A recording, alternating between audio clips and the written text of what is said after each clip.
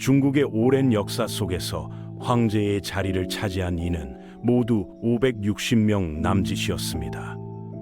그러나 그 수백 명의 군주들 가운데 단 한 사람만이 여인이었죠. 그리고 그 이름은 지금도 논란과 경외를 동시에 불러옵니다. 바로 중국 역사상 유일한 여황제 측천무후입니다.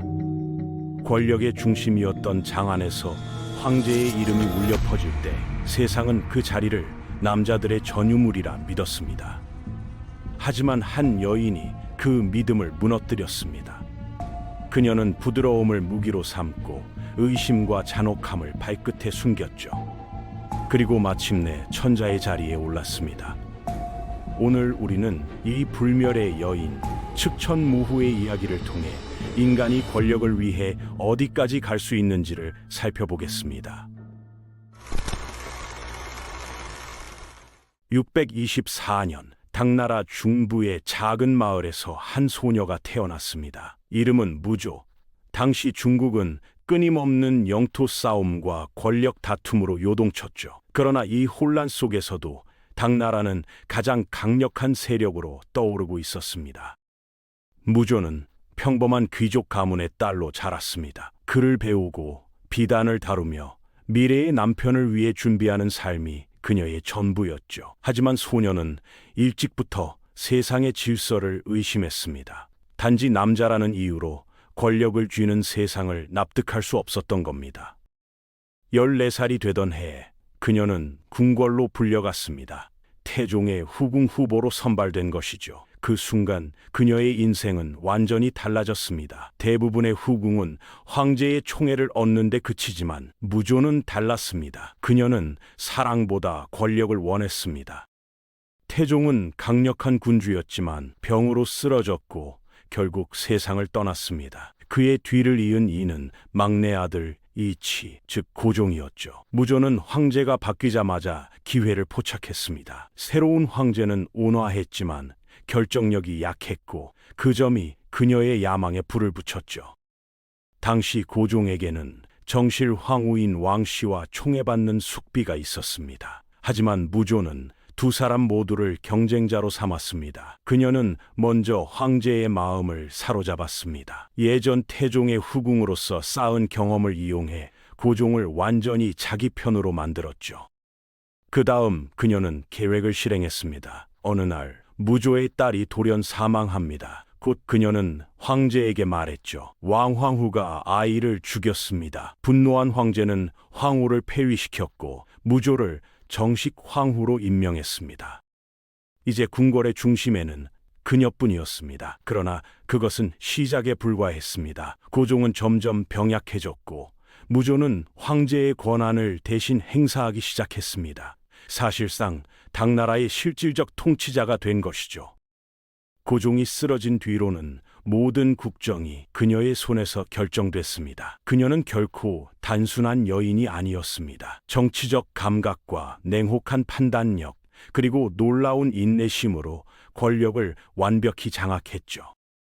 불리한 순간에는 물러나고 유리할 때는 단칼에 결단을 내렸습니다. 그 세밀한 계산은 누구도 따라잡을 수 없었습니다. 고종이 세상을 떠나자 황위를 잇는 문제는 또다시 혼란스러워졌습니다.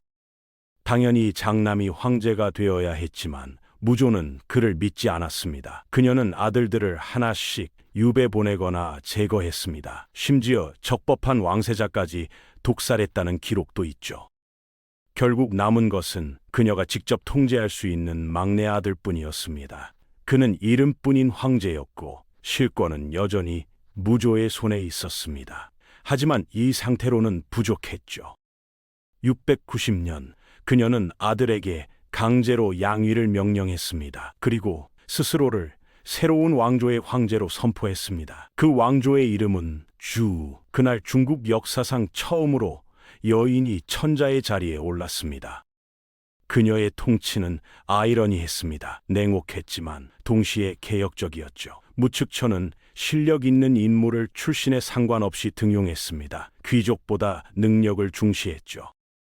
덕분에 많은 유능한 인재들이 관리로 성장했고 국가는 놀라울 만큼 안정됐습니다. 또한 그녀는 불교를 적극적으로 후원했습니다. 불교는 남녀 평등을 강조했기에 그녀는 이를 정치적 명분으로 이용했죠. 부처의 자비에는 남녀가 없다. 이 논리는 곧 여황제의 통치를 정당화하는 철학이 되었습니다. 그 시기 당나라는 전례 없는 번영을 누렸습니다. 경제는 활기를 띠었고 문화는 화려하게 꽃피었죠. 그러나 궁궐 안의 공포는 점점 짙어졌습니다. 무축처는 끊임없이 의심했습니다. 주변의 누구도 믿지 않았죠.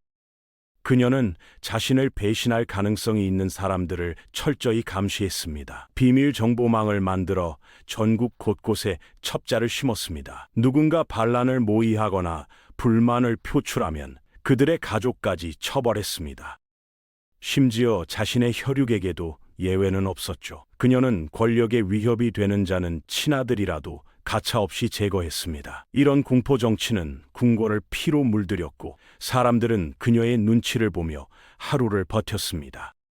그러나 놀랍게도 백성들은 그녀를 유능한 황제라 불렀습니다. 왜냐하면 그녀의 통치 아래 세금은 줄었고 도로와 운하가 다시 정비되었기 때문이죠.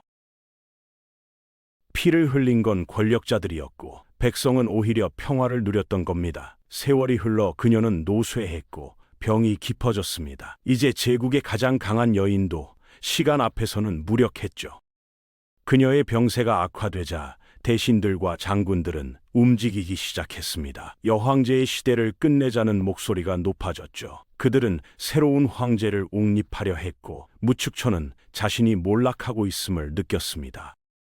하지만 그녀는 끝까지 싸우지 않았습니다. 오히려 스스로 권좌를 내려놓고 조용히 물러났죠. 701년 중국 역사상 유일한 여황제는 병상에서 생을 마감했습니다. 반란도 독살도 아닌 조용한 죽음이었습니다.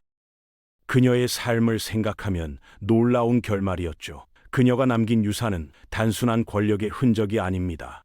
그것은 여성도 통치할 수 있다는 당시로서는 상상조차 할 수 없던 선언이었습니다. 물론 그녀의 이름에는 잔혹함이 따라붙습니다. 아들을 죽이고 황후를 모함하고 수많은 이들을 희생시킨 여인. 그러나 동시에 그녀는 실력주의를 앞세워 제국을 부흥시킨 개혁자이기도 했습니다. 그녀는 권력을 향한 욕망을 끝까지 숨기지 않았고 그 욕망을 세상의 질서로 바꾸어 놓았습니다. 1000년이 지난 지금도 사람들은 그녀를 두고 의견이 갈립니다.